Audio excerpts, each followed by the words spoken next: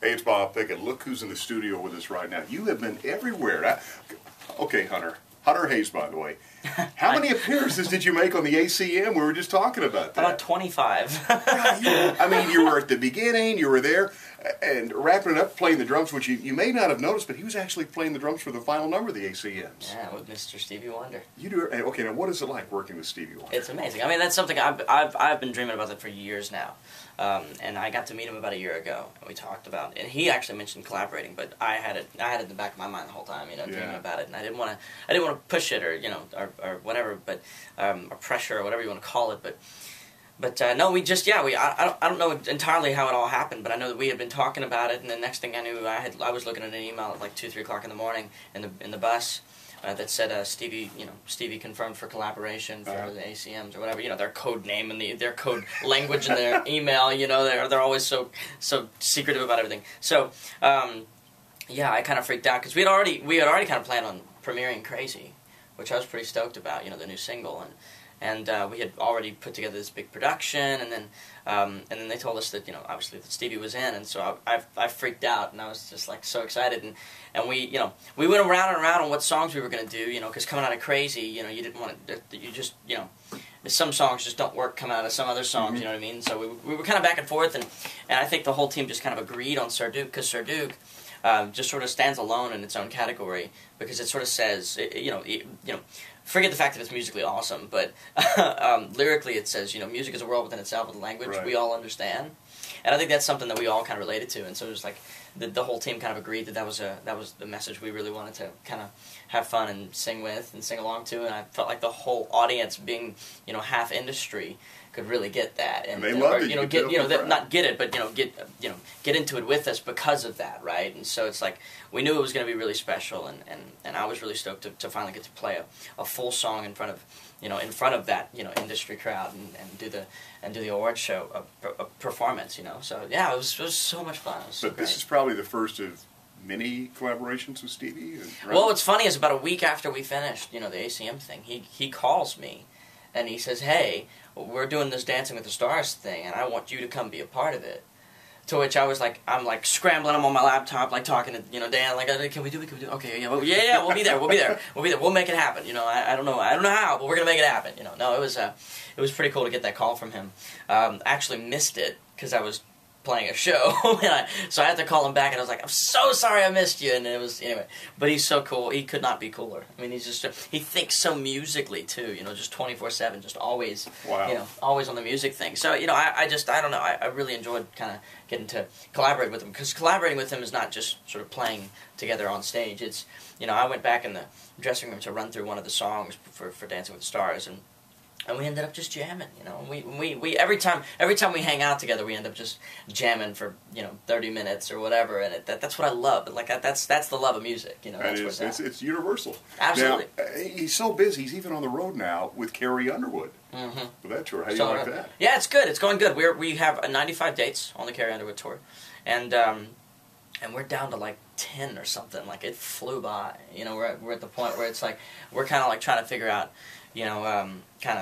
What's, our next step, this summer we're going out and doing a bunch of really cool, outdoor shows, which I'm really excited about, because, that's what I grew up doing, so, I'm right at home, and so, I don't know, it's just, it's been really good, and I think there's something special about getting open for, a superstar like Carrie, in front of arenas full of people every night, that sort of feeds into this energy that sort of keeps circulating, and it just, we end up walking off the stage with more energy than we sort of went on with, because that's how much everyone's sort of bringing into the room, you know what I mean? And that the fans are coming in, and they're inspiring every minute of the show, even more and more and more. And then we get off stage, and it's like all we want to do is play again. And so it's like that's the sort of feeding into the next, and then now we sort of have a summer to sort of let loose of all that energy, Yeah, I think the first time we saw you was on an outdoor stage, and you can search for the video on YouTube, with Hank Williams Jr. How old were you in that? I was 4 or 5, I think, at that point. I don't really remember. And you knew then, that's what I'm going to do. Oh, but yeah, I mean, it wasn't. I don't think I knew that I knew, even. You know what I mean? But it just came natural to you, it seems like. Well, it was just. I mean, I'm a totally shy, awkward, geeky. Never say anything quite right, and that kind of guy. And I think I think especially when I was young, I was very shy into myself, and I think music kind of became for lack of better terms, an outlet, or like a communication sort of for me, or a place to fit in. It just became a home, right? And that was kind of I felt very at home with music that way, and so. Yeah, I don't know. It's always been my thing, and it wasn't necessarily a decision. It wasn't necessarily it was more of just an instinct. I can't believe that you're shy though, because you're such a natural on stage communicating with the audience. Oh my gosh, I'm incredibly shy and awkward. I talk a lot. When I do talk a lot. But yeah, no, I'm incredibly awkward. You'll find me stumbling over myself and just trying to figure out what to say more times than not. Something you didn't know about. Okay, keep your eye on Hunter, because let me tell you, his star is going straight up to the top. Man, thank you. Yeah. Thanks for saying that. So, okay, now we do know that you're a coffee drinker. I am. Recommendations? How'd you know? Recommendations. Yeah. How many cups of coffee a day? I don't want to talk about it. When we started working on the record, I was easily 4 and 5 cups a day. Really? Yeah, and I was like, man, not this decaf. Yeah, no, for real, the real stuff. The light roast, because apparently the lighter the roast, the more caffeine. Anyway, ask my guitar player about that. No, I was easily 4 or 5 cups a day. I mean, I'd have one at 2 o'clock in the morning and go to bed. I mean, it was bad. And so I said, you know what? I need to quit. I need to stop for a minute, because this is becoming something that I'm sort of dependent on to start my day. And I think everybody's kind of dependent on coffee anyway. But so I stopped completely when we went on our radio tour and we went around the country for the first time. I stopped, and it was a big thing when I had 1 cup of coffee. That was a big deal.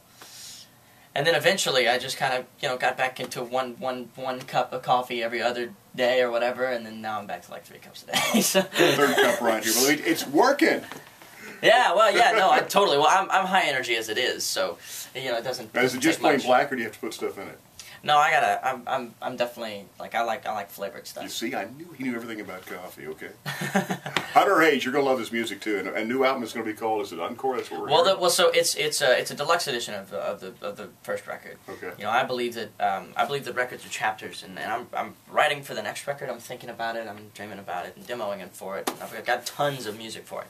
But it's not ready. It's not ready. I don't know if I'm not ready, because I'm ready to work on another record. Right. But I don't think the record's not ready. I don't think the record's ready yet. So if that makes any sense whatsoever, I believe in taking my time. And so I was talking with the team, and I was like, well, there's a lot of stuff that I wrote for this first record that we didn't put on the record. We didn't even try it. We didn't try in the first round of demoing and things like that. I mean, we never even attempted it. And I think there's some things that I wrote for this record that I wasn't musically ready to explore yet. There's a couple of songs on the record you'll hear that are very different from everything else on the record, but still they feel like they were part of that chapter. Basically, what it comes down to is there are songs I wrote before we recorded the first record, right, and songs I wrote right after we recorded the first record. But even though they were written after the record was completed, I still always felt like they belonged in this chapter.